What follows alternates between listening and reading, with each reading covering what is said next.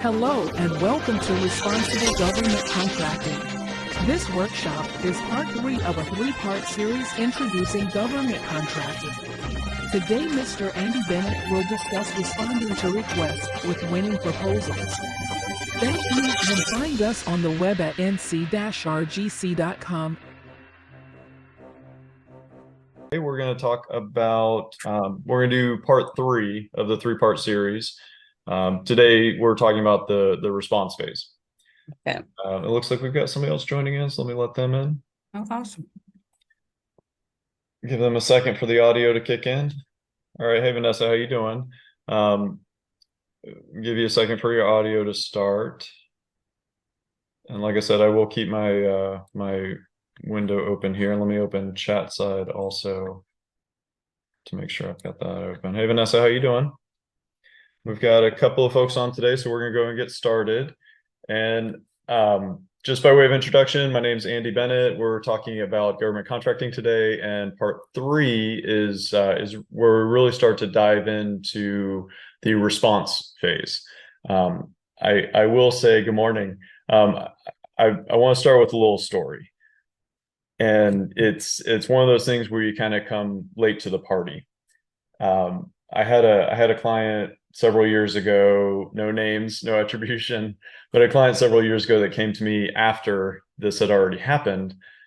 They had some of these proposals, and as you'll kind of get an appreciation for today, some of these proposals do get kind of complex, and especially when you're dealing at the larger level and the contract vehicles are in the tens of billions of dollar range. Right. So multiple companies are awarded these contract vehicles, and they can range, 10, 50 billion dollars in total potential value. So this client came to me after they had submitted their proposal and lost, realizing that they submitted for a $50 billion proposal, multiple years, long-term contract. They submitted a proposal that was 165 pages long, which is okay. That's a big proposal, big response, understood. The challenge with that was that the solicitation, the RFP, request for proposal, said a page limit of 150 pages.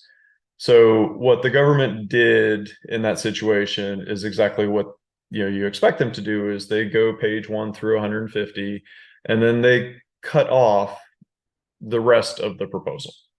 So having critical information and details and things that answer the questions that the government was asking in page 151 through the end meant that they did not submit a compliant proposal, which meant that the hundreds and hundreds of hours and the thousands and thousands of dollars that they spent developing this proposal was a waste because they weren't compliant. And that's one of the things we're going to talk about today. You can write a beautiful proposal. You can have the greatest technology since sliced bread. But if you do not respond with a compliant proposal, then it's going to be a waste of time because the government's going to kick you out. So that's what we're going to talk about today, is the actual response phase in part 3. If you're just joining, we do part 1, part 2, and part 3. Part 1 is the register, get your company set up. Part 2 is the research, where we find out how to discover these different opportunities. And then today, part 3, we're going to dive into some of the specifics of the proposal response and the proposal writing. Just as a refresher, I go through these 4 legs of the table. Today, it's going to be critical that we understand who we're talking to, what our audience is. And anybody who teaches sales, sales training or sales 101, you really want to understand who you're talking to, and even speech, right? Talking to people, giving speeches. You want to understand the audience that you're delivering the information to. In this world, I talk about the finance folks and how important they are to get invoices paid and get the bills, invoices submitted and bills paid on time. And they're instrumental and very, very helpful with that. And then I talk about the commander, the secretary, the boss, the director, the commander. Their job titles change, but that commander is the one that's in charge of the organization. In a commercial business, this would be the president or CEO of the company. Unlike a commercial business, in the government sector, in government agencies, the commander does not have signature authority. They don't have decision authority for their organization. They cannot commit the government. They cannot obligate the federal government. So now we shift over to the right side, and these are the folks that we're really going to focus on today, because we need to put ourselves in their shoes when we're talking about how to respond to them, because those are the folks that we're actually talking to. The end user is mission partner, project manager, program manager, technical point of contact, subject matter expert, all of these program executive office, all of these titles, all these job titles kind of lump in together with that end user category. They are the ones that detail specifications. These are the ones that are going to matter when it comes to talking about certifications that you may have, ISO certification or CMMI, any type of specifications or details that you have about the job, the product or the service that you're going to be providing. The end user is the one that's going to really care about those kinds of details. And then the contracting officer is the decision maker. They are the one that signs on the dotted line. They're the one that you are going to negotiate with, and they're the one that is in charge of making sure this process, this proposal process, procurement process goes through as it's supposed to. When we're talking to contracting officers, we're talking about company structure. We're talking about past performance. We're talking about small business. If you're a small business, if you hold a small business certification, these are the types of things that a contract officer is gonna care about. Put yourself in their shoes. If you are signing on the dotted line for something, you want to make as sure as possible that you are not putting your organization at risk. And that's what a contract officer's, one of the primary jobs of a contract officer is to pick the least risky solution to the requirement that they have. How do they do that? Well, there's a whole bunch of process that we talk about, but just suffice to say, that's what they care about. Contract officers care about process, risk mitigation, small business concerns, those types of things. As we're going through the process, right, that the contract officer is following and adhering to, this is the entirety of that process. And I talk a lot about this in part 2, but for today, just kind of as an overview, we are on the bottom section of this process now, right? So when we are actually responding to a proposal, it is the bottom section here. If we're talking about a response, a request for information, a response to something like that, market research, sources sought, request for information, those are up in the top line where the government is still, the contract officer is still kind of doing their shopping around. They're looking for options. They're looking for alternatives. And then, like I said, the proposal phase is down at the bottom. This is where the government's really looking for pricing, schedule, solution. They want a package, deliver the proposal package to them, and then they're going to make their decision. If you are a small business, and I'm going to spend a second talking about this, if you are a small business, I highly recommend you paying attention to these early stage responses. This is where the contract officer is able to set aside competition and really, from practical standpoint, reduce your competition because of your small business categories. That's what allows the contract officers to do that. If a contract officer puts out, let's just say, a request for information, and they're looking for, they're shopping around writing devices. So that could be a marker, that could be a pen, that could be a pencil, that could be a printer. So there are lots of different writing devices. And the contract officer may know what they want, but they're going to go through this process anyway. They're going to ask for information about it. Another thing, so they're doing it primarily to find out what types of, things that they can buy. But another motivation for them is they are looking for small businesses that can do that job. Why? Well, we talked a lot about the small business requirements. 23.7% of the federal budget has to be spent on small businesses. 5% of that budget awarded to minority-owned companies. 5% of those contracts 5% of the dollar value of those contracts awarded to woman-owned companies. 3% with veteran-owned companies and 3% with hub zone, historically underutilized business zones. So the contract officer is who is responsible for making sure that that process goes through and they meet those objectives. If they're going to the RFI, the request for information phase, they are looking for 2 or more of those categories to respond to that RFI to say, yep, I can do that type of work.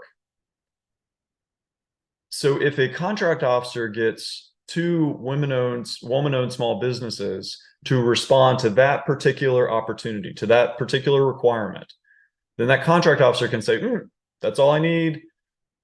Nobody else is allowed to compete for this work. I am going to set it aside for WOSB, woman-owned small business. Now, only woman-owned small businesses, women-owned companies can respond and win that contract.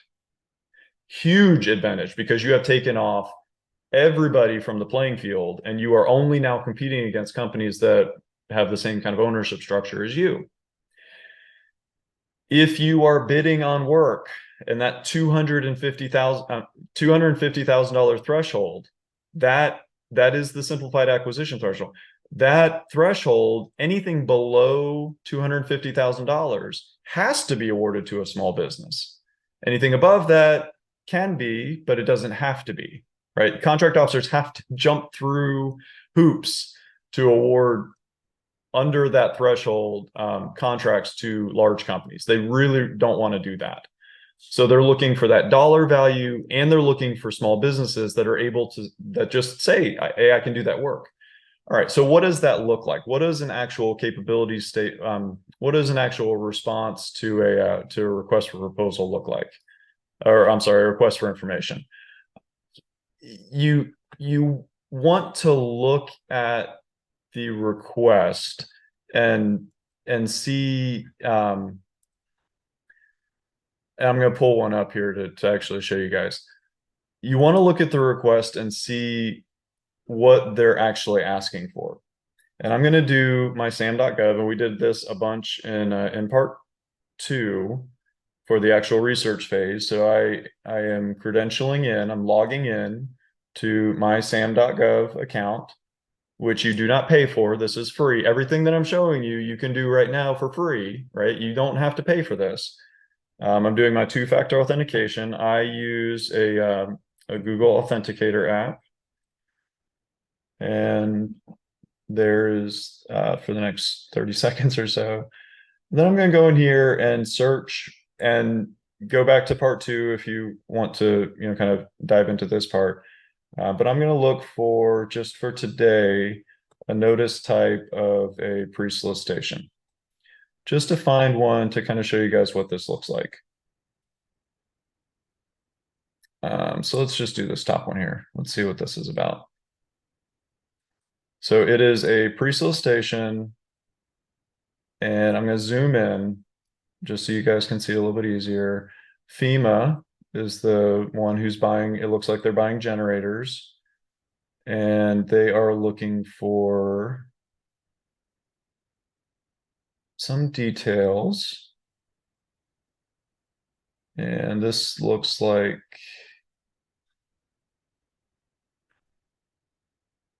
they are actually looking for a proposal. So they misrepresented that one, which is fine. That happens sometimes. So let's look at the next one and see if this is a pre-solicitation. Yes, okay. Here we go. All right, so this is exactly what I'm looking for.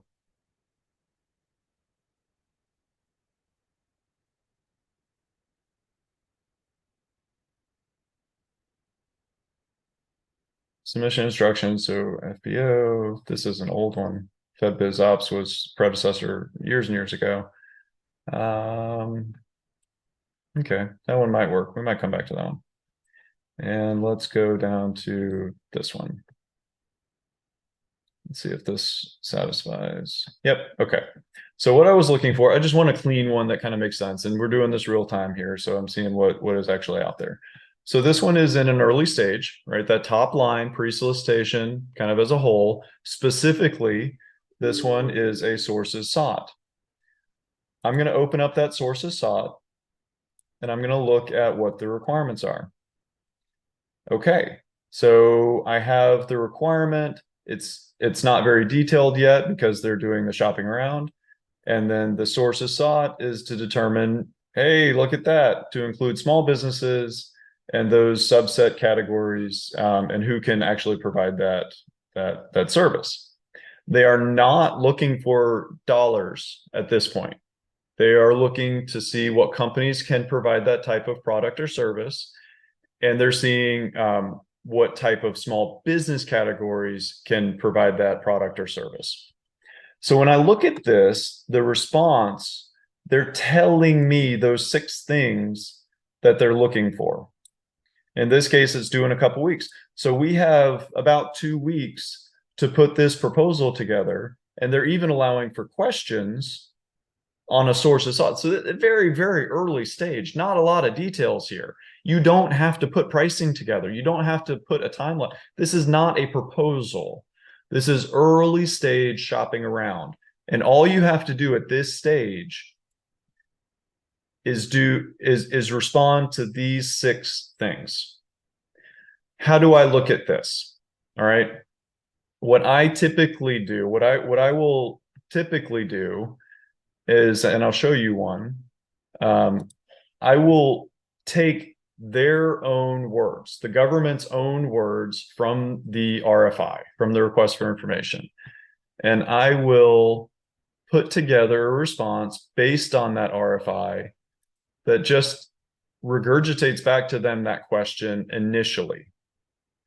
I'm going to find one here that shows this.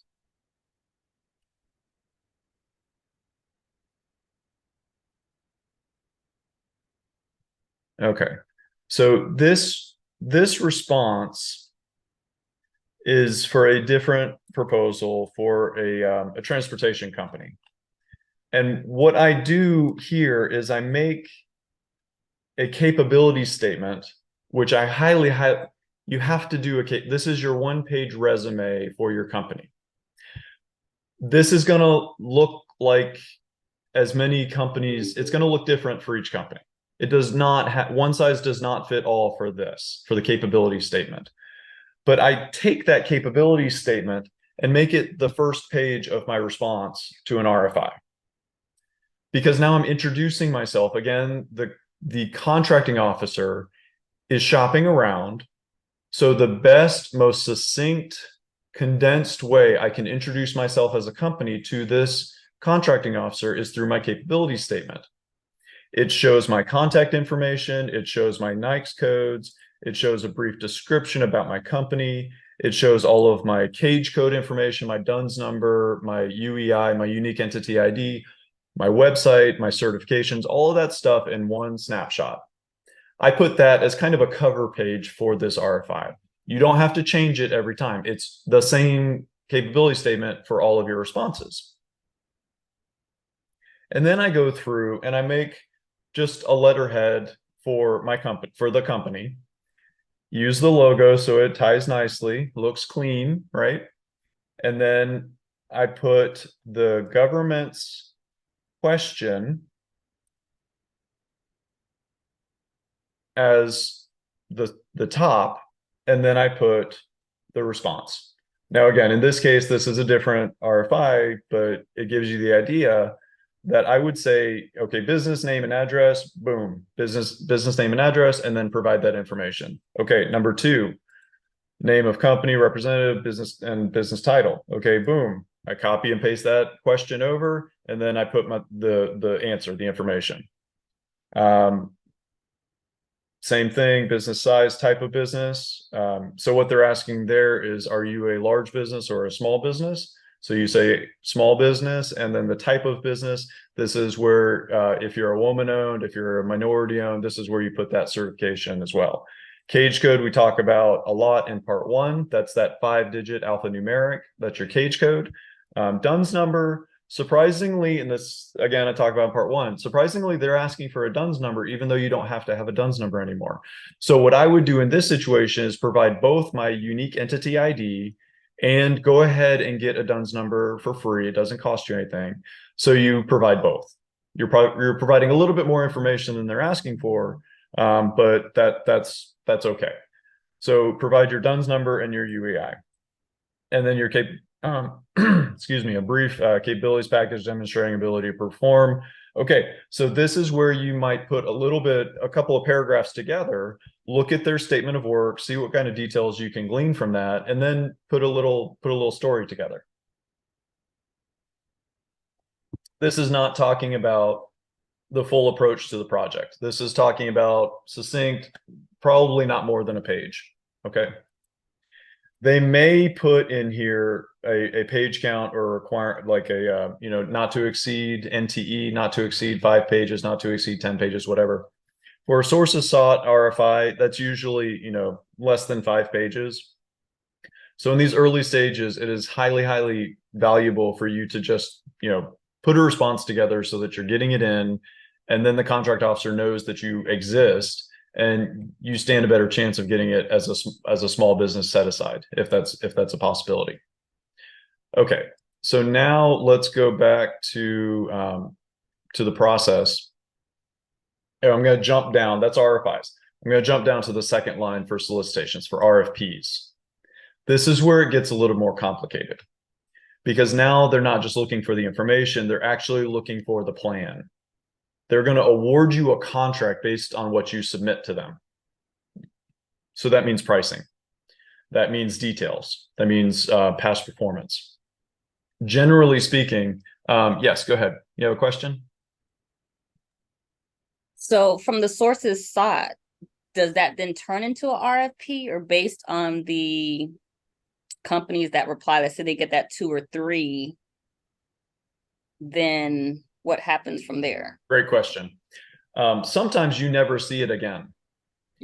Because contracting officers, if they get, a handful of companies to respond to that sources sought, that early stage, then that contract officer now has the email addresses of those 5 companies or so that are interested in this proposal. So they may just send the request for proposal to those 5 individuals for those 5 companies, and the RFP, the solicitation, never gets posted, and you never see it again. So if you're not responding to that RFI, you will never, you're just kind of waiting to see. You may never see it again. And if you respond as a woman owned and others respond as minority owned, maybe they decide to set it aside because they get 2 minority owned companies and they only got 1 woman owned company. So the rule of 2, they can't set it aside as a woman owned company because they still need competition. So there's a lot of different options there. So that's why I like to recommend for small businesses, it's not a heavy lift, very, very easy, very straightforward. Shouldn't take long to develop. And your capability statement, one of those pages is the same over and over and over again. But great question. Yeah. So in that solicitation phase, again, now we're talking about the proposal. Generally speaking, they being contract officers, military and civilian, across different agencies, they generally structure the framework of the question in 3 different parts. Part 1 is often the business volume, chapter, category, whatever they call it. Usually it's business volume. Part 2 is the technical volume, and part 3 is past performance. Business volume can be, give us your executive summary, tell us your plan, what kind of infrastructure do you have? Do you have financing? Do you have the bank relationships to be able to finance this project? If you have to hire 100 people, that's a lot of payroll that you have to carry. If it's a construction project, do you have the bonding and insurance to perform that work? Those are the types of things that they'll generally ask for in the business volume. The technical volume, so the business volume, you're saying present tense, our company, we do, this is the structure of our company, right? Present tense, telling the story about your 30-second elevator pitch about your company and your infrastructure. The point this is almost exclusively talking to the contracting officer audience. And your objective here is to paint a picture, tell a story to that contracting officer to convince them that you have stability, you have experience. You're not details about your experience, that's going to come later, but you have the infrastructure, you have stability, you understand, you get it, you're easy to work with, you have a plan. Those types of things, you want to give that good comfort level feeling to a contracting officer so that he or she can make a decision in your favor. Volume 2, in the technical approach, Volume 1 is talking about your company, and that is indifferent, that is regardless, not specific to the project, that is about your company. Part 2, we shift to the end user. Part 2, Volume 2, the technical volume, is almost exclusively talking to the end user. Now you are focused exclusively on the project. That statement of work, the performance work statement, the details of this job. How, future tense, how are you going to do this job? How are you going to approach this job? Look at it from the who, what, when, where, why, how.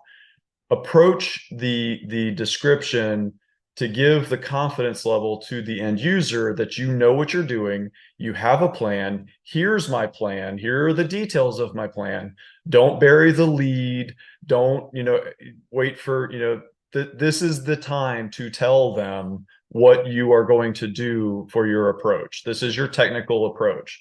You are, again, talking to the end user here. I will show you a couple of examples of what they're actually looking for in those responses, but they will tell you the format that they want you to talk about.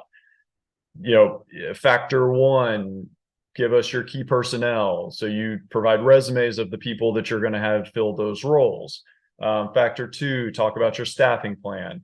Factor 3, talk about your production model, your communications plan, right? They will give you kind of those bullet points that they want you to address. What you don't do here is called parroting the sow. That's like Polly want a cracker, kind of a parrot, a bird, and the sow being the statement of work. So what parroting the sow means is you say, the government asks you, okay, we need 5 pencils. And then your response is, my company will provide 5 pencils, right? That adds no value to the technical approach. A monkey wrote that, right? ChatGPT wrote that. You're not convincing anybody that you know anything more than the next guy, right? So you said differently, our company understands the vast array of options for writing devices. We have a 50-year collective history of subject matter expertise in lead development for mechanical pencils.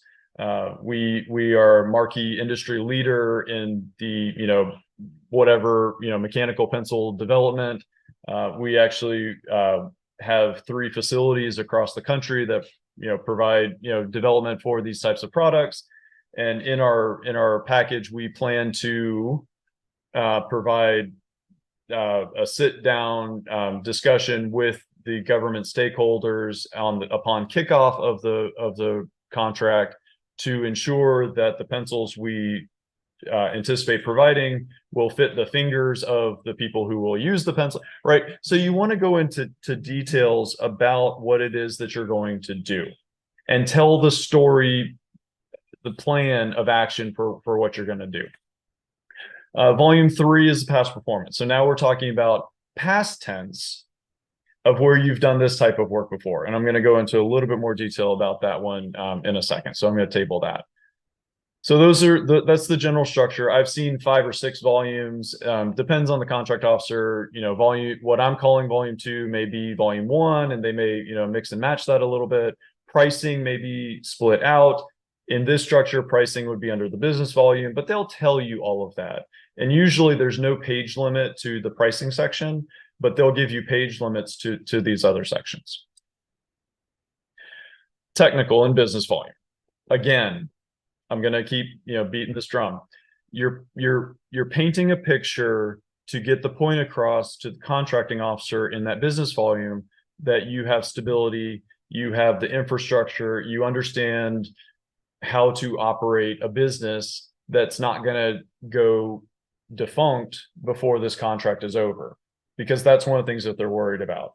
Another thing a contract officer really, really likes to see in public sector, in government business, is teaming, partnerships, prime and sub, prime contractor and subcontractor relationships. Why? Put yourself in that contract officer's shoes again. What was one of their motivations? Risk. If there's one company, from a commercial perspective, it may seem nice that one company is responsible for everything and it's one point of contact and it's just easy, turnkey, fine. On the government side, they'd almost rather pay more sometimes for a team that's less risky and more likely to succeed throughout the life of the contract. So understand that that is a real dynamic that contract officers take into account. In that business volume, painting the picture of what different values, what different capabilities, what different boxes your teammates, your subcontractors check. We have an expert in eraser manufacturing. We have an expert in lead manufacturing. We have an expert in mechanical. So you pull all of these components together and you get this magical pencil, right? So that's kind of the story that you want to tell. Weaving, this is almost as much art as it is science in telling the story, because you are pulling all of these sections together to past, current, and future tense tell that you've done this before, been there, got the t-shirt, got the infrastructure to operate a business stably, and we know what we're getting into. We understand the significance of this project. We're ready for it. We've got it covered. Right. So getting that point across is the objective of all 3 of these sections, and telling that story so it's consistent across the board. Little things like if you're referring to your team as team ABC, then be consistent, team ABC. Don't say, ABC personnel, team ABC personnel, right? So be consistent through that, proposal. Past performance. This is an ongoing evolution for your company. Just like people tell you when you're developing your resume, hey, do it while it's fresh. If you do something cool or you start a new job, go ahead and add that to your resume so that you don't have to think about it and try and remember what it is that you did 5 years ago when you need the resume. Your past performance is the same thing. Every single time, and I drink my own Kool-Aid here, guys, so I do this too. Every single contract that I win, that my company wins, I take a second before kickoff and I put down the details of that contract number, period of performance, value, dollar value of the contract, who the customer is, points of contact, and a brief little description of what the job is. So that now I have a history. Now I have a running history for my past performance. Because when you go to do a proposal, and the volume 3 or whatever they end up calling it, that past performance is usually what they call it, experience or past performance. You are going to have to pick which past performance references you use. Oftentimes it's from 3 to 5 you know, somewhere between there. 1, 2, usually they tell you, okay, pick 3 to 5 of your past performance references. And they're going to ask you for similar size and scope. What does that mean? If you're building if it's a construction project and you're building a 100,000 square foot warehouse facility, they want to see other 100,000 square foot warehouse facilities that you've built. So if you have some that are 110,000, you have some that are 90,000, those are the past performance references that you want to use, not the residential, you know, 20,000 or 2,000 square foot building that you built, house that you built last year.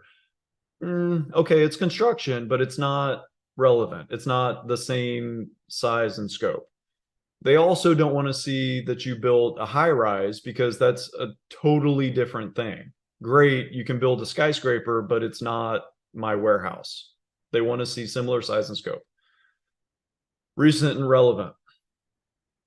If you're bidding on a $100,000 job versus a $10,000 job, you want to use past performance references that are of that similar kind of dollar value. $100,000 job, use $100,000 past performances. $10,000 job, it's probably overkill to use your, you know, $10 million past performances, and vice versa, right? So you want to use similar size. And recent, what does that mean? They will specify the recency period. Often they will say, okay, we want past performances within the past 3 years or within the past 5 years. They will define that for you and say, okay, we want, you know, similar size and scope and recent, relevant, and within the past 5 years. So you have to pick of that laundry list of projects, which ones are the best. I have a bullseye up there because if you are bidding on work for the Army Corps of Engineers Savannah office, Savannah district office, and you've done work previously for the Army Corps of Engineers Savannah district office, that is center bullseye of that target, you very likely want to use that as one of your past performance references, right? If you've done work for the Army Corps of Engineers Jacksonville office, okay, it's not the Savannah office, but it's Jacksonville, great. That's kind of the next ring out. You haven't done work for the Army Corps of Engineers before, but you've done work for FEMA, all right? Maybe you've done work for Department of Transportation. Now we're starting to get a little bit further out, but it's still federal government, so it's still on the target. Maybe you haven't done any federal work, but you've done state work, or maybe you've done commercial work. It's still on the target. It's just a little further out. So make your decisions strategically, again, because you're painting the picture and telling the story to that contracting officer. Hey, we speak Army, we speak Navy, we understand how to operate within your infrastructure so that we don't have to spend 3 weeks figuring out where the water cooler is and where the bathrooms are. We know that already, because here, look at these past performances that we've proven that we know that already. So that builds that confidence level for the contracting officer. That's the total, that's the point of the proposals. Next up is why I love public sector business, because they give you the answers to the test up front. They tell you how they're going to grade you. They tell you up front how they're going to evaluate you. They tell you up front how they're going to pick the winner and what you need to do to be the winner. Sometimes they'll even tell you what they think the price point should be. Hey, we think this is going to be $100,000. And that gives you a benchmark. It doesn't tell you what the winning bid is going to be because they don't know.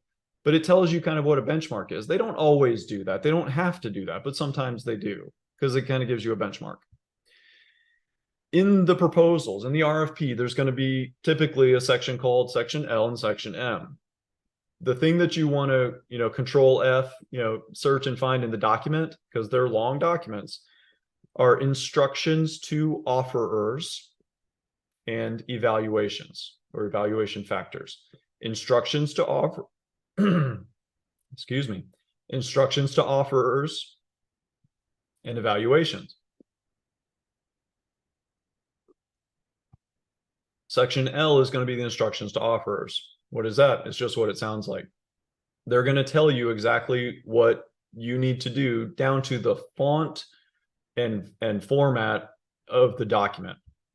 We want 12-point Times New Roman font, 1-inch margins, no color graphics. They will, and it's not the same for every proposal. So pay attention to those again, because if you submit that 165-page document and you're not following their instructions, you're out. Pay attention to the deadline when that response is due, because if you submit a minute late, they're probably not going to consider your proposal. They're going to not even open your email. Section M, and we'll talk about section M in a second for the evaluation factors, but they're going to tell you how they're going to grade you. All right, so section L, that instructions to offerers, is going to look kind of something like this. And again, they're telling you exactly what those answers are. Relevant past performance, not to exceed 3 pages. 3 projects of similar magnitude within the last 3 years, include blah, blah, blah. So they're telling you they need to know that it's a similar type job. And then in order to do that reference, those are the 3 things that they want for each of those references. And it looks like they're looking for 3 of them, right? And here, so they've flip-flopped, and instead of calling it volume 1, 2, and 3, they're calling it section A, B, and C. And here they're asking for the work plan. It's not a technical. So what I showed as a technical, they're calling a work plan. Same thing, just different words. So don't get hung up on those. Andy said it was going to be a technical, and I don't see technical in here, so something's up. They're just calling it a work plan. It's the same thing. Not to exceed 2 pages. And then what they're looking for in here. And then key personnel. Key personnel is a special thing. If you see I always check every single proposal I do. I always check for key personnel, because key personnel says that they want to see resumes of human beings. They don't want you to tell about the types of people you're going to recruit. They want to know the people that are going to be sitting there. So if the job is for 15 people to come work for the government for whatever, staff augmentation, maybe 2 or 3 of them in the kind of leadership capacity, those subject matter experts will likely be key personnel, because those are critical jobs and they want to make sure that they know who those people are. Okay, and then again, the kind of gotchas here is those key personnel have to be there for at least the first 49 days of the project. So you want to pay attention to those kinds of details, and they spell it out. I did not bold and underline that. The government did. So they're calling out. They're not trying to play gotcha. They want you to know, so it's a level playing field. Okay, so that's in section L. That's the instructions to offers. Now let's talk about pricing for a second. Pricing is, again, as much art as it is science. There kind of boils down to 2 different models for building pricing. One of them is the cost model, where the government is going to say, okay, we know it costs money for you to operate your business. In commercial sector, that's kind of all wrapped into the overhead, what commercial companies call overhead.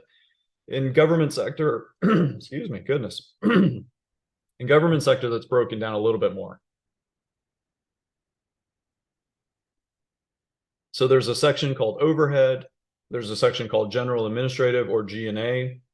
And then you are a for-profit company, and it's actually illegal to give the government anything for free. So you have to include your profit margin.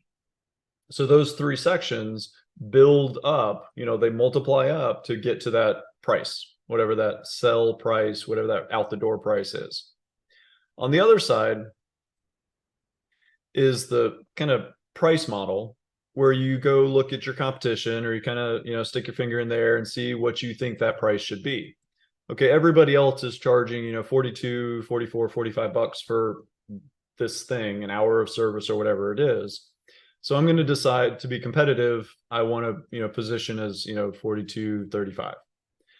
What I recommend is to do both models, do the price and the cost model, see if you come up with similar pricing. If you do, that's your price. Awesome. If you're way out of whack one way or the other, then you need to think strategically and critically about how you're coming up with your pricing. These are details on the cost model side. It gets complicated. There's a whole world called run by Defense Contract Audit Agency, DCAA, and they define this space. If you get into hiring people that work and do staff augmentation for the government, this pricing gets kind of complicated. So just know that that's a thing. You don't have to go through all of that to do this type of work, because you can do time and material, which is a fixed price per hour, and you don't have to do all this kind of backup stuff. But it does, there is a very specific way that companies that are in this world build up to get to those hourly rates. Now, section M, or the evaluation factors. There are only two ways the government picks winners. Only two and two alone. One of them is called LPTA, lowest price technically acceptable. This is where the government says, okay, great, here's the requirements, send us your proposals. It's an LPTA evaluation. They're going to tell you up front, it's an LPTA. It's a lowest price technically acceptable. They're going to take all of the proposals, and they're going to put the most expensive at the bottom, and they're going to put the least expensive, the cheapest, at the top. With one caveat. The government, before they even make the requirement public, is going to do what's called an independent government cost estimate, IGCE. That IGCE is where the contract officer works with the end user and says, okay, what do we think this ought to cost? What do we think the price of this contract is valued at? Because they need to know for budget if it's going to be $1 million or $10 million kind of requirement. So they go through that IGC exercise. Then that contracting officer is going to set that IGCE as the benchmark. So that benchmark, the contracting officer's discretion is going to go up 20% maybe and down 20% maybe. And now they have a competitive range. And any of the companies that submit proposals have to fall within, and they may or may not tell you what that competitive range is, but they feel that that is what's fair and reasonable for the pricing for that proposal. Because if you shoot the moon and it's a $50 million bid, but they estimated it to be a $5 million contract, they're going to see that you have no idea what you're talking about. You are giving them gold-plated toilets and they asked for a porta potty out back, right? So you are not understanding their requirement because your pricing is too far out of the competitive range. On the other end, if you sandbag it, or you shoot low for the proposal and you come in at $50,000 for a $50 million proposal, you are not, it's called loss leader. You are not allowed to do loss leaders in the federal government. It's actually illegal. You cannot take a loss on the contract in order to win the work. You can also not, it's called OCI, official conflict of interest. And it's a little kind of side note of it. I don't want to disparage the construction industry, but we all kind of know how that game's played. If you've ever built a house or anything like that, you get the base price of the house, but then they hit you with the change orders, and that granite countertop is going to cost you extra, and the light fixture is going to cost you extra, and they kind of stack on, and that's how they kind of increase the price. Well, if you know going into a bid that you are going to have to increase the price in order to accomplish the work, that's a violation of OCI, and you're not allowed to do that. You have to bid a price that you reasonably think you can complete the work at. Right. So that, again, is why they established that competitive range. So you want to take those things into consideration. So that said, companies that submit pricing that falls within that competitive range, They're going to put the most expensive at the bottom and the cheapest at the top. And then they're going to open only one. They're going to open the cheapest, the least expensive option, and they're going to read it. Now it's the lowest price. Now they're going to read it to see if it's also technically acceptable. If the end user says, yep, these guys know what they're talking about, I'm comfortable with their proposal, they're going to be able to do the job. They win and all the other proposals are thrown away. If they're not technically acceptable, if they do not satisfy the technical requirements, that proposal is eliminated, and then the next one down is read, and down and down and down until they find it technically acceptable, and then they get the contract. The other side of the house is best value. Story quickly here is Air Force One. Air Force One is the airplane that the president flies around in. I'd say that's a pretty important airplane, right? I mean, the president's an important person. And if they're flying around Air Force One, we want to make sure that they're safe and the airplane doesn't crash. We want to make sure all airplanes don't crash, but Air Force One's pretty important. So the Air Force runs, they're responsible for Air Force One. And they put out a bid a few years ago for refrigerators. They called it something else, but it was basically a refrigerator to go on Air Force One. Well, let's think through that a second. Can you just go down to Home Depot or Lowe's and get a refrigerator and shove it on, this 747 airplane? Probably not. Probably has a very specific, space that it needs to fit in. It probably has very specific, electrical requirements and certifications that it has to, because it's on an airplane, right? And the reliability. So there's a lot of factors that have to go into that.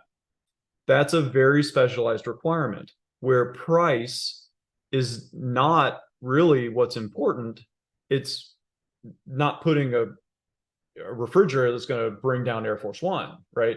That's what's more important.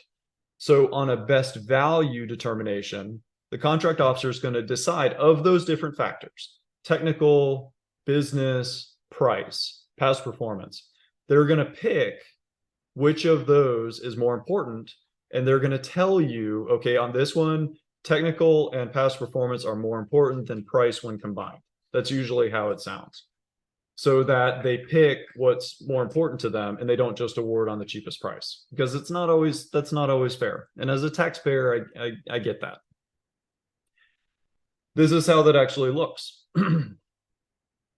So on the evaluation factors, they are telling you that technical is going to be number one, past performance number two, and price is number three.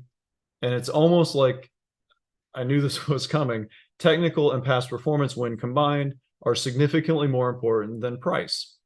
So this is not an LPTA. This is a best value. Excuse me. However, on this one, they say LPTA. And down here, it's a different, they're not saying, again, those specific words, but they are saying evaluation when using a competitive analysis, right? So they are telling you, we'll evaluate technical capabilities and price. So they're telling you where the weight is going to be. And they're giving you examples of what those factors are. And they're very specifically telling you what it's going to be that they're going to decide yours versus theirs. So I'll leave a couple minutes here for questions and discussion. So if you have any, go ahead and start typing. But this is very different than some commercial experiences that you may have. This is not taking the contracting officer out to lunch. This is not buying the contracting officer a new car. This is not that world. If that's you, great, go for it. But this is not that world. In this world, there is a firewall between you and the contracting officer, and everything has to be formal. Emails, questions, answers, all of that. So when you get this information, it's all going to be spelled out in the documents. Those are the things that we covered today. That's what you need to look for, evaluation factors, instructions to offers. Look for those volumes. If it's a technical, past performance, business, those types of things. And make sure you highlight your small business categories and your capabilities in that RFI phase. Guys, you can do this. If you want to join again in part 1, we'll do this every month. And I look forward to seeing you guys in the future. Any questions out there? All right, here we go. I've always heard that the price is most important element in government contract. It's interesting to hear that companies focus on price in the space. What are your thoughts and experience? Okay, so it really, like I said, so it really depends. And each of these contracts is going to be different, and it depends on the industry. If they're buying a commodity, if they're buying pencil or paper or something that you can go to Walmart or Target to buy, it's probably going to be lowest price, an LPTA. If it's something that's a little bit more complicated, something that's a little bit different or unique, then it's probably going to be best value. So it's really at the discretion. It is solely at the discretion of the contracting officer in which way that they decide that they're gonna award. All right, guys, I appreciate it. Thank you so much for your participation today, and I look forward to seeing you guys in future workshops.